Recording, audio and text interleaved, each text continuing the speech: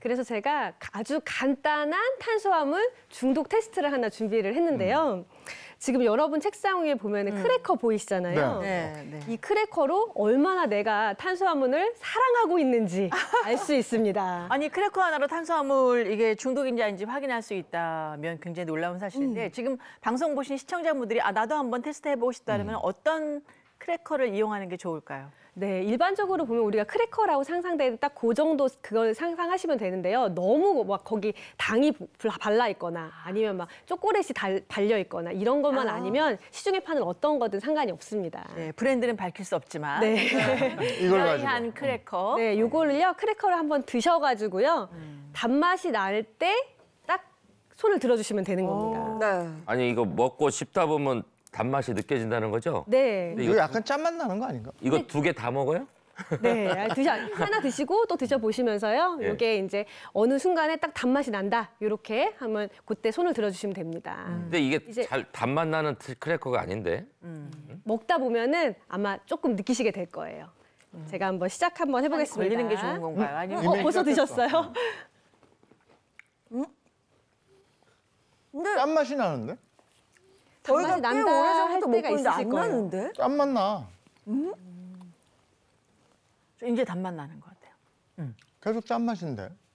약간 달짝지근한 맛이 먼저 끝맛에, 이제, 예, 느껴져요. 저안 단맛이 또 나시는 분 있으신가요? 짠맛 나죠? 그냥 아무 맛이 없는데요? 아니요, 약간 달달한 기운이 있어요. 난 지금서 근데 꽤 된다. 내 난 혀가 지금서 죽었나? 한 10초 정도. 근데 단맛보다 짠맛이 더 나서. 네, 요거를요. 인제 나네요, 인제. 이제 나기 시작하세요. 저도 지금. 이제 단맛이 좀 나요. 근데 우리- 좋은 사라지니까. 건가요? 이 정도면 우리 꽤 문제 있다고 봐요. 그래요? 그렇죠. 네, 그죠? 네, 맞아요. 저희가 요거에 대해서 이제 대충 저희가 보통 계산을 하거든요. 근데 이제 집에서 한번 해보시고요. 그 초에 따라서 14초 이내로 만약에 요게 들어온다, 단맛이 나는 게 그렇게 된다고 하면 요거는 안전한 겁니다. 스스로가 14에서 안 좋은 네, 거구나. 14에서 30초까지가 이제 약간 위험한 거고요. 30초가 이상이 될 때까지도 이 단맛이 안 느껴진다. 네. 이거는 탄수화물 중독을 의심해 볼 수가 있는 거예요. 중독이야. 오랫동안 이렇게 나지 않는다는 것 자체가 탄수화물을 먹고서 여기 당으로 취한 데서 느껴져야 되는데 그걸 느끼지 못한다는 거기 때문에 중독이라는 거죠. 이거 우리가 자주 아침 방송 끝나면 가가지고 빵 커피에다가 케이크나 뭐 이런 걸 먹어요. 맞아요. 어? 중독이네요. 중독 법으로 금지해야 되는. 근데 저는 궁금한 게 이게 어떤 원리인지 좀 듣고 싶어요. 네, 이게 탄수화물이에요. 딱 탄수화물이라고 해서 단맛이 전혀 없는 게 아니라 여기에도 당이 포함됐다는 걸 혹시 알고 계신가요? 네, 들어본 적 있어요. 탄수화물을 과다하게 섭취하면은 그게 뭐 당으로 변환된다 이런 얘기는 얼핏 들어본 것 단당류를 같아요. 변하죠? 네, 맞아요. 그래서 오, 이 박사님. 탄수화물 중독이라는 거는 결국에 단맛 중독이라는 거랑 같은 겁니다. 그래서 이게 미국의 한 이제 그 유전학자가 요거를 개발을 한 탄수화물 중독 테스트인데요. 탄수화물이 당으로 치환되고 요거를 느껴지는 시간을 확인을 해서 탄수화물의 중독 유무를 우리가 알아볼 수가 있는 겁니다. 우리는요, 이제 소화가 이제 입속에서부터 이제 시작이 되는데요. 이제 아밀라제라는 이 소화 효소가 탄수화물을 분해해서 우리가 이제 당분을 느끼고 이제 단맛을 느끼게 되는 것이죠. 자, 근데 우리가 아까 단맛을 빨리 느꼈다면 이 당분이 충분히 충족이 빨리 됐다는 것이기 때문에 우리가 탄수화물을 많이 먹지 않아도 되게 됩니다.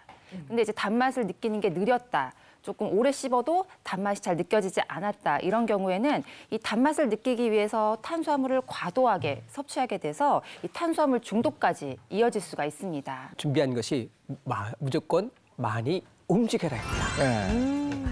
움직임 자체를 많이 하게 되면 뇌에서 탄수화물에 대한 욕구 자체를 좀 억제하실 수 있고요. 또 기분 좋은 엔도르핀이 발생할 수 있기 때문에 운동을 많이 하시는 게 좋으신데요. 다만 이제 시간이 없다고 하신 분들 많이 있으시잖아요. 그런 분들을 위해서 4분 정도 집중적으로 운동하실 수 있는 방법을 제가 준비를 해봤습니다. 이게 아무리 바빠도 4분 정도는 낼 수 있거든요. 네. 한번 배워볼까요, 선생님? 배도환 씨하고 저하고 네, 나와서 앞으로 나와보실까요? 네. 그래. 4분 운동법입니다. 아, 제가 또 4분 정도야 뭐. 운동이라면 그게 될수 있죠. 자신이 있죠. 워낙 운동을 많이 하셔서 일단 4분 정도 운동하시는 것은 사실 고강도 간헐적 운동이라고 부르는데요. 일본에서 스포츠 생리학자였던 타바타 선생이라고 하시는 분이 이 스케이트를 하시는 분들의 기록 단축을 위해서 발생했던 운동 방법입니다.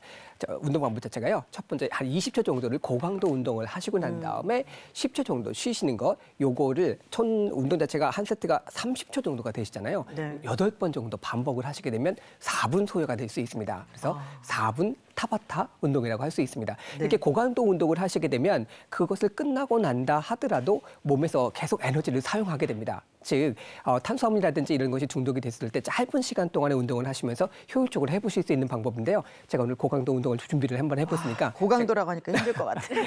제가 먼저 해보고 시범을 보여드리고 그다음에 따라 해보시는 걸로 해보겠습니다. 첫 번째 운동은 줄넘기입니다. 아주 가볍게 하시는 줄넘기 운동이니까 우리 줄넘기 할 때 자세 이렇게 하시죠. 그래서 왼쪽으로 2번 뛰어주시고 오른쪽 2번 왼쪽 하나, 2번 하나 둘 이렇게 뛰어주시면 줄넘기 너무 운동이 쉽다. 아유 간단하시죠. 네. 줄은 안 들고 하는 거죠, 줄넘기? 줄을 안 들게 하시면 됩니다. 여기 간단하게 이제 처음에 해보시고요.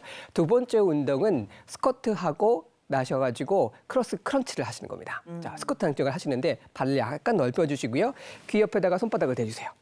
그래서 일단 스쿼트 내려가셨다가 올라오시면서 왼팔과 오른팔을 닿게 해주는 겁니다.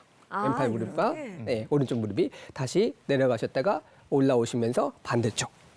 내려갔다 올라오시면서 반대쪽. 이때 허리를 정확히 펴주셔야 되고요. 그래서 배에 자극이 좀 가실 수 있게 해주시는 게 좋습니다.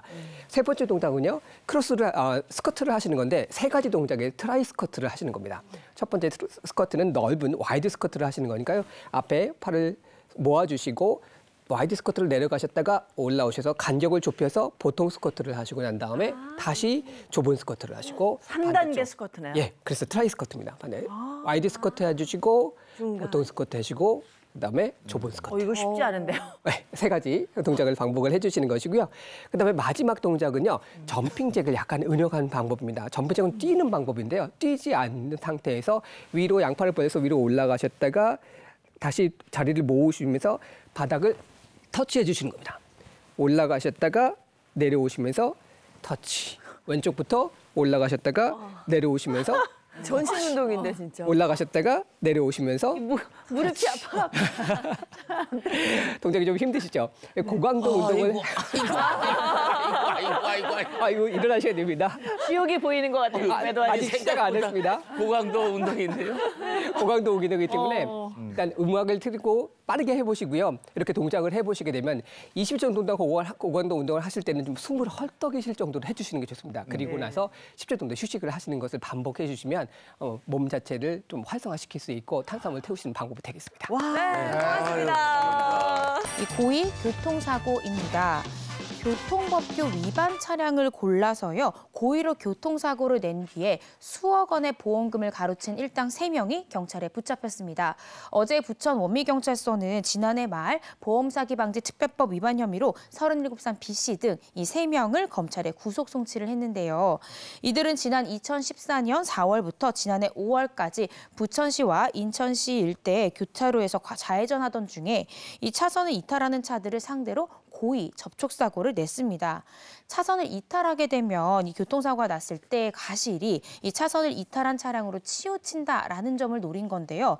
이후에 합의금과 수리금 명목으로 보험금을 청구하기도 했고요. 허위로 입원한 뒤에 병원비를 받아내기도 하고 심지어는요. 이 보험비를 부풀리기 위해서 차량에 탑승하지도 않은 사람의 명의를 빌려서 이른바 끼워넣기 하는 방식의 치밀함까지 보였습니다. 이들은 8년 동안 보험사와 운전자로부터 총 252회에 걸쳐서 합계 20억 원을 가로챈 것으로 확인이 됐습니다. 네, 아주 교묘하게 또 허점을 노려서 교통사고를 내다 보니 사고를 당한 운전자들은 이게 고의로 낸 사고인지조차도 몰랐을 것 같은데요. 어떻게 이들을 검거할 수 있었을까요? 이런 교통 관련 보험 사기 사건은요, 보통 보험사에서 먼저 경찰에 수사 의뢰를 하면서 시작되는 경우가 많습니다. 이 사건 같은 경우에도 경찰은 지난해 한 보험사로부터 이 일각이 뭔가 보험 사기가 의심됩니다라는 보험사의 신고 접수를 받아서 수사에 착수하게 됐고요. 끈질긴 수사 끝에 지난해 10월 31일 이들을 구속 송치했습니다. 해당 일당은 이 경찰 조사에서 혐의를 일부 인정한 것으로 전해졌는데요. 경찰은 이 보험 사기 특성상 한 건씩 수사에서는 피의자들이 자백하지 않는다. 따라서 사건을 묶어서 수사하는 경우가 많다라면서 이번 사건 경우에는 이 사고를 40번, 50번 낸 주범들을 중심으로 수사한 것이다라고 전하기도 했습니다. 고의교통사고를 낸 사람들이 이용한 게 이제 곧 교통법규를 위반한 차량이었잖아요. 네. 그러니까 그 약점을 이용해서 이런 짓을 한 건데 그럼 우리는 또 대비를 해야 되겠네요. 교통법규를 좀 잘 지키는 그렇죠. 그런 습관을 가지고 있어야죠.